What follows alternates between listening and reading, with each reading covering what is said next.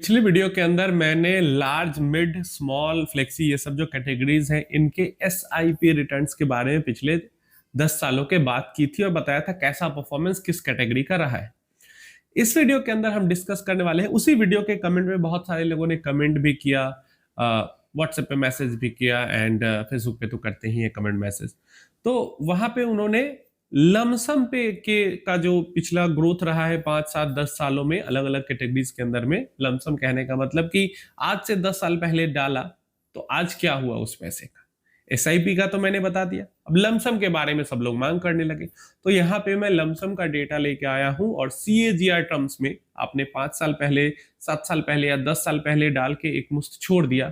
तो क्या ग्रोथ आपको मिली एवरेज हर कैटेगरी के अंदर में, हर कैटेगरी के अंदर में, क्योंकि एवरेज डेटा ही, एक फंड कोई 25% 50% रिटर्न दे दे उससे कुछ नहीं होता है। एवरेज क्या मिला है ताकि एवरेज के आसपास का आप एक्सपेक्टेशन रख सकते हो, एवरेज से 1-2% कम का एक्सपेक्टेशन रख सकते हो। कोई एक सिंगल 50% दे दिया तो वो हमेशा नहीं देता रहेगा, है ना, ये समझना है। आइए देखते हैं। तो यहाँ पे बड़ा small mid sectoral multi large mid value Contra thematic dividend flexi cap focused ELSS and large cap जो सारी कैटेगरीज है सबका डेटा है। यहाँ पे लास्ट 10 इयर्स में जो सबसे ज्यादा ग्रोथ सीएजीआर टर्म्स में मिला है, मतलब इस महीने आज से 10 साल पहले इन्वेस्ट किया और आज इस महीने में उसका देख रहे हैं रिटर्न, तो उसको 16.94% स्मॉल कैप में, मिड कैप में 16.02, सेक्टोरल का एवरेज 14.31 और ये एवरेज की बात हो रही है, मल्टी कैप का 14.88। अब एक चीज देखो, मल्टी कैप आज से 10 साल पहले नहीं थी, मल्टी कैप बनी है 2019 में कैटेगरी और ज्यादातर फंड्स उसके बाद ही लॉन्च हुए, कुछ फंड्स पहले के थे जिनको कन्वर्ट कर दिया मल्टी कैप में, ठीक है, तो इसलिए दिख रहा है 14.88। मुझे उम्मीद है कि थोड़ा सा इससे बेटर रिटर्न आने वाले सालों में इसमें एवरेज बन सकता है। Large and mid cap 14.17, value 13.76, Contra 15.36, thematic 13.89, dividend yield 14.05, flexi cap 13.47, focus 13.20, ELSS 13.40 and large cap 11.74। पिछले 10 सालों का डेटा क्या आपको दिखाता है, स्मॉल कैप और मिड कैप ये दोनों अलग एक लीग में चल रहे हैं। इसके बाद जो मल्टी कैप है, जो लार्ज एंड मिड है, जो वैल्यू है, कॉन्ट्रा है, फ्लेक्सी कैप है, फोकस्ड है, ईएलएसएस है, लगभग एक जैसा ही सब चल रहा है, 1% ऊपर या 1% नीचे, नहीं तो एवरेज सबका 13 से 14% का रिटर्न सबका है 10 सालों में, ठीक है। क्यों है ऐसा रिटर्न, क्योंकि ये सब ऑल कैप इन्वेस्टिंग करने वाले हैं और मल्टी कैप का मैंने फिर से बोला है कि आने वाले सालों में इसका रिटर्न थोड़ा सा जरूर बढ़ेगा, लेकिन उसको अगर छोड़ दे तो बाकी जो है जैसे ये large and mid value Contra dividend yield भी हो गया, इसी में आप मान लो फ्लेक्सी फोकस्ड ईएलएसएस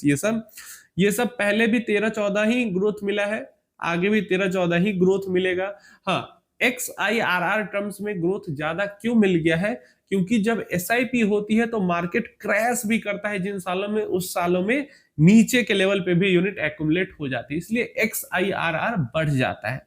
लेकिन CAGR जो लमसम का रिटर्न हुआ वो तो आज से 10 साल पहले मार्केट हाई पे थी तो हाई पे ही डाला और छोड़ दिया, मार्केट लो पे थी तो लो पे डाला छोड़ दिया, तो उसमें एक्यूमुलेशन तो होता नहीं है अलग अलग लेवल पे, तो इसलिए CAGR से XIRR थोड़ा सा ज्यादा जरूर मिलता है। लेकिन किसी के पास एक मुश्त पैसा हो तो लमसम ही डालना बेटर है, क्योंकि XIRR तो जरूर बढ़ जाता है एसआईपी में, लेकिन टोटल रिटर्न पैसा के टर्म्स में कम हो जाता है। क्यों, क्योंकि अगर 1 करोड़ रुपया है, 1 करोड़ को आप 10 साल में बांट के निवेश करो और 1 करोड़ को एक बार कर दो, अगर रिटर्न कम भी बनेगा ना तो एक बार जो डाला है पैसे के टर्म में, वैल्यू के टर्म में ज्यादा वहां पे जनरेशन होगा।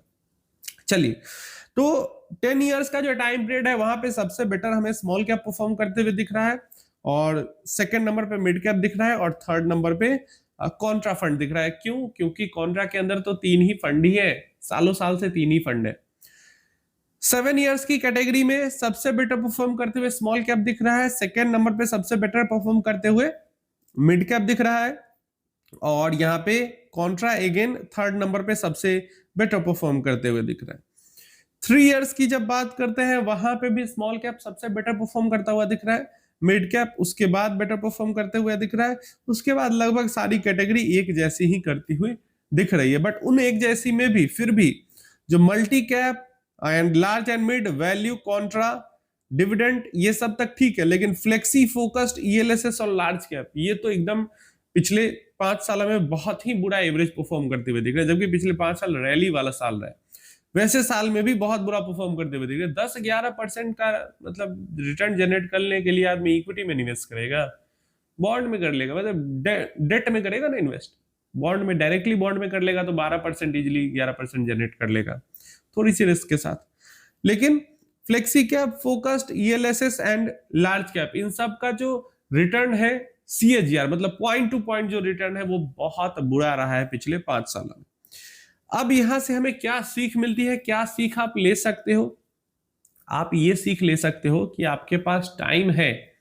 आपके पास टाइम है तो आपको स्मॉल कैप की तरफ जरूर जाना चाहिए, आपके पास टाइम है आपको मिड कैप की तरफ जरूर जाना चाहिए। क्लियर है?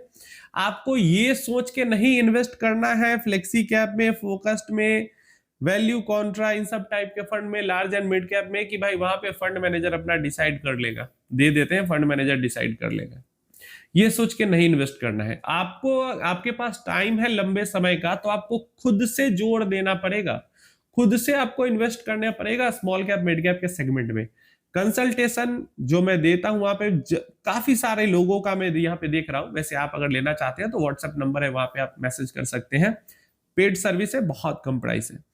तो बहुत सारे लोगों के पोर्टफोलियो में यही दिक्कत होता है, वो फ्लेक्सी कैप के अंदर भी काफी सारा एलोकेशन लेके रखते हैं, लार्ज एंड मिड कैप भर भर के ले लिया, फिर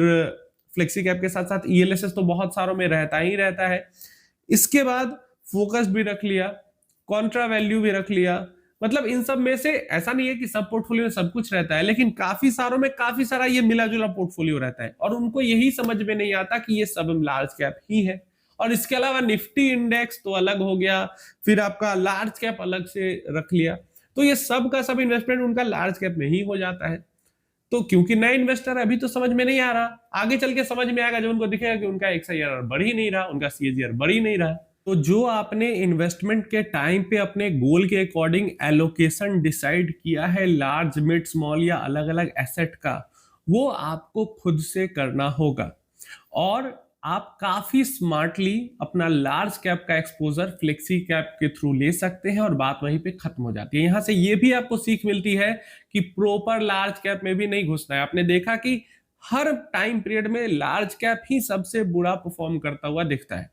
तो लार्ज कैप का जो एक्सपोजर है वो ले लेना है फ्लेक्सी से,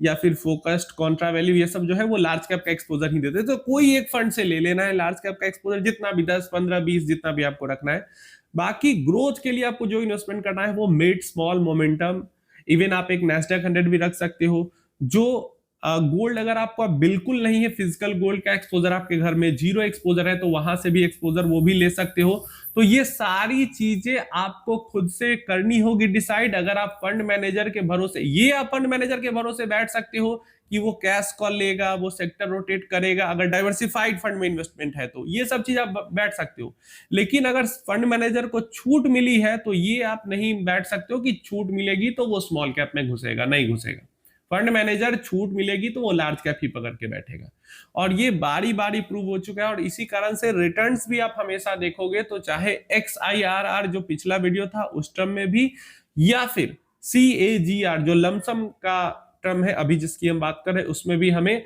जो लार्ज कैप है वो सबसे पिछड़ता हुआ दिख रहा है, जो ऑल कैप वाले फ्लेक्सी ये सब जो है वो मिड में दिख रहा है, और जो स्मॉल मिड है वो ऊपर दिख रहे हैं, XIRR टर्म्स में भी और